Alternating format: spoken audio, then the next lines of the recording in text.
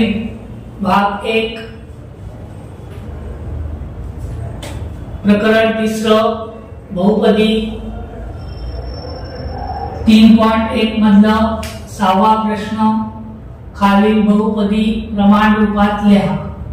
आपल्याला बहुपदी दिली आहे m चा तिसरा घात m क्यूब m घन अधिक 3 अधिक 5m। आता प्रमाणात लिहायचं म्हणजे हे जे घातांक दिलेले आहेत त्या घातांकाच्या उतरत्या क्रमाने लिहायचं। सर्वात मोठा घातांक पहिले लिहायचा, त्याच्यानंतर लहान घातांक, त्याच्यानंतर लहान घातांक असं लिहित जायचं। इथे सर्वात मोठा घातांक आहे घन म्हणून m घन अधिक त्याचा घातांक काय नाही म्हणजे 1 अधिक 5m अधिक 3। शेवटी नेहमी संख्या असली पाहिजे। दुसरं गणित वजा 7y अधिक 5y अधिक y चा 5वा घात अधिक 3y घन वजा 1/2 अधिक 2y चा 4था घात वजा y वर्ग। याच्यात सर्वात मोठा घातांक आहे 5 म्हणून y चा 5वा घात अधिक 2y चा 4था घात अधिक 3y चा घन वजा y वर्ग वजा 7y अधिक 1/2 वजा 1/2। मग आपण काय करायचंय असं उतरत्या क्रमाने लिहायचं आहे घातांकाच्या, त्याला म्हणतात प्रमाण रूप। 7वा प्रश्न आहे खालील बहुपदी सहगुणक रूपात लिहा। पहिलं गणित आहे x घन वजा 2। आता घन नंतर वर्ग आणि घातांक 1 नाही, जी पद नाहीये त्याच्याऐवजी आपण 0 अधिक 0 लिहून ती घातांक काय करणार आहोत लिहिणार आहोत। मग x घन अधिक 0x वर्ग अधिक 0x वजा 2। आता आपल्याला याचा सहगुणक काही नाही म्हणजे 1 म्हणून आपण लिहिणार सहगुणक स्वरूपात लिहिताना कंसात पहिला 1 मग 0 मग 0 आणि शेवटी वजा 2। अधिक असेल तर चिन्ह नाही लिहिलं तरी चालतं, पण वजा असेल तर चिन्ह द्यायचं आहे। मध्ये काय करायचं आहे स्वल्पविराम टाकायचे आहे।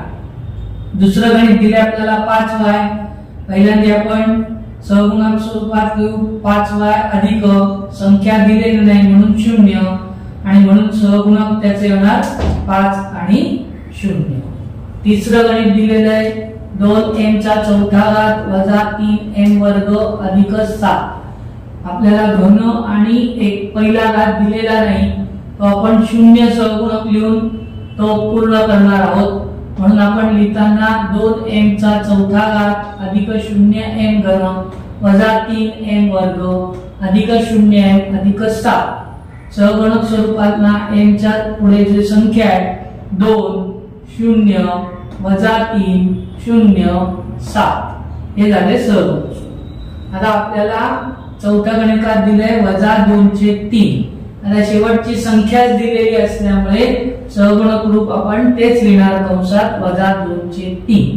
हे आपला 7वा प्रश्न झाला। आता 8वा प्रश्न खालील सहगुणक रूपातील बहुपदी x चल वापरून घातांकाच्या रूपात लिहा।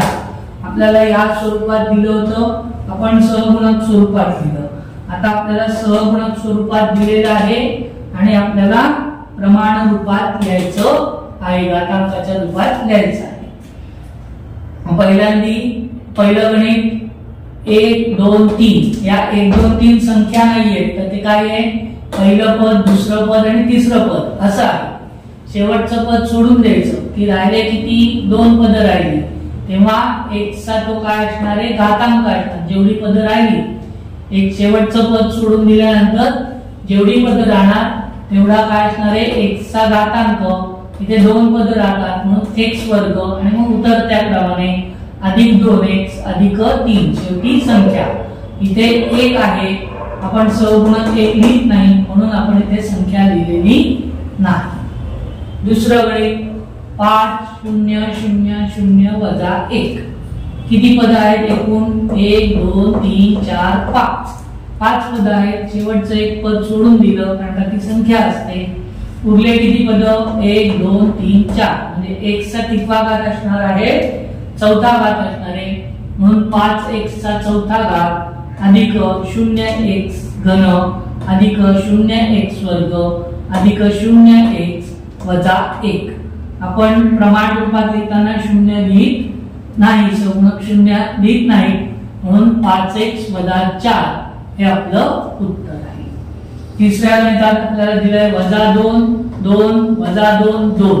आता इथे 0 नाहीये, त्यामुळे आपल्याला असं लिहायची काही गरज नाही. आपल्याला डायरेक्ट काय करणार आहोत, सरळ घातांक रूपात लिहिणार आहोत. एकूण पद किती आहेत, 1 2 3 4. एक पद गेलं म्हणजे x चा किती पद उरली, 1 2 3, म्हणजे x चा कितवा घात येणार आहे, तिसरा, म्हणजे घन येणार. वजा 2x घन अधिक 2x वर्ग वजा 2x अधिक 2